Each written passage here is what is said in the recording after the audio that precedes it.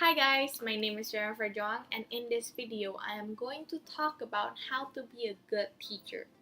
Well, I am no expert in this matter, but as a student myself, I would I think we would know what kind of teacher is certified good by their students.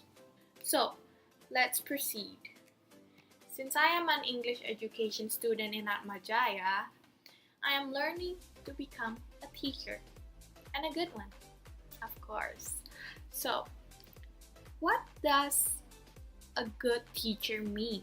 Well, for me, a good teacher is a teacher who is patient. Even though we are patient, we have to be strict too. We have to have authority. We have to have charisma. We have to be respected by the students. Even though we are friends with them and we care about them and we want them to feel like we are their friends, but we have to have that authority so that they listen to us. And that is very important because you are older than them, and if you don't have uh, an authority, then no one will listen to you, and your job as a teacher would fail. And that is what I'm scared of because I'm not that good at being in charge of something. So that is what I'm learning still in class. And that is an important part, so you have to remember that. And a good teacher means they know us well because we are the part of the class, and a teacher teaches a class. So they are teaching us. But if they don't know us, how can they teach us well? Because if we are like a bad student, like we don't want to study, we are a rebel or something like that in class, we always make noise.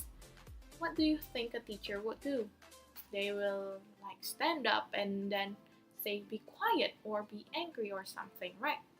But if the teacher knows us, they would probably like give more attention to them and then make them learn more and make those kinds of student respect them.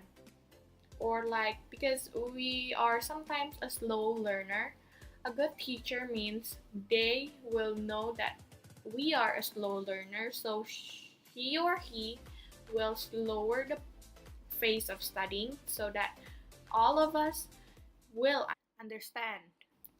Even though we have all three aspects, that is being patient, being strict, and also understands the student well, even though we have these three, but we don't have that one important thing that I haven't told you yet, and that is knowing about the lesson that you are going to teach.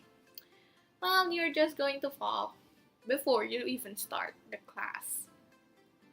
Because, as you know, students will always ask things. And also, we as a teacher or a future teacher, we have a lot of questions about the lesson, right? So, that is why we have to study well. We have to study very hard so that we know the difference between good lesson and bad lesson. Because like if you are teaching grammar and if you don't know anything about grammar, if you were giving them tests and you are checking them, how will you check them? And how do you even make the test? Well, you can copy the test from the previous year, but it won't help. It won't do you any good because the time that they know that you don't understand anything, they won't even want to listen to you anymore and you will lose your job. So, the first point to remember is that you have to learn very hard because you have to be smarter than students. Yeah, I know that teachers and students learn hand in hand, But yeah, of course, the teacher have to know something more than the students to correct the students. Well, sometimes if the student corrects us, well, it's okay. But we still have to be more smarter than the students in case of teaching the student. You don't want to be out smart by the students, right? Like if you are teaching and then your student said something that is wrong, but you think that that student is correct, then you wrote it on the board. What do you think? It will be a great joke. So the first point is to be smarter than the student. The second part is to be patient and also strict at the same time, so you won't be played by them. And the third one is you have to know your students. So if they are not that capable in that lesson, you can approach them more. And if you know that student is like naughty, you can approach them and like talk to them and ask their problems, or like make them more interested in your lessons. So what I said before was all based on the movie called The Freedom Riders. The Freedom Riders is a movie about the life of a teacher called Ms. Erin Gruwell. Ms. Gruwell is a teacher who teaches a class where they are full of rebels and also people that doesn't even want to study. Or in another word, the school discourages them to study because the school thinks that the students are too naughty or too bad to be taught. Well, something like that. But Miss Gruwell thinks another way. She thinks that everybody has the right to study and everybody wants to study. And for sure, everybody does wants to study. So the tips are learn more, learn hard and learn more, because education isn't stopping and generation is changing all the time.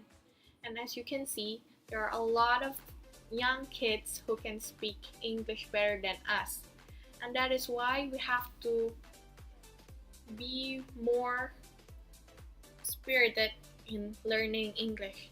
Especially I am learning how to become an English teacher, right? So I have to learn how to have a good English better than the students, even though they speak more fluent than I am. Yeah. And the second is how to be patient. I think the tips to be patient is to redeem your anger every time your friends is making fun of you. Just take it as a practice for you in the future.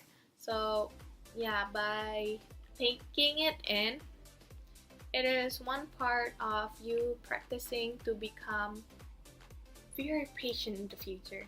And how to become strict? Probably you have to have an authority. Even though you want to be friends with them, you must like stand tall and then tell them to do something at least. Not just like laugh all the time with them or make fun with them.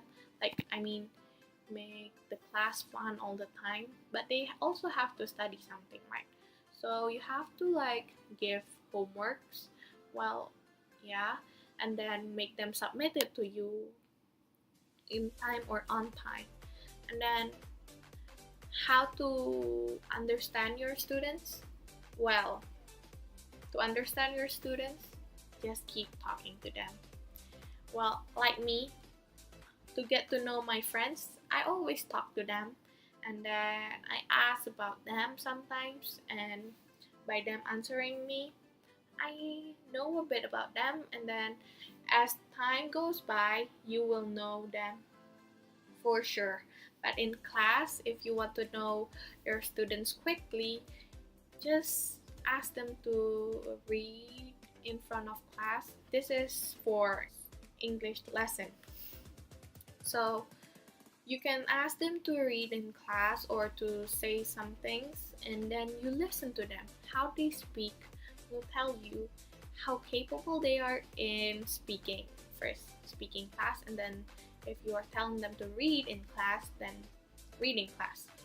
And ask them questions about grammar or something like that would help you know them better about each lessons.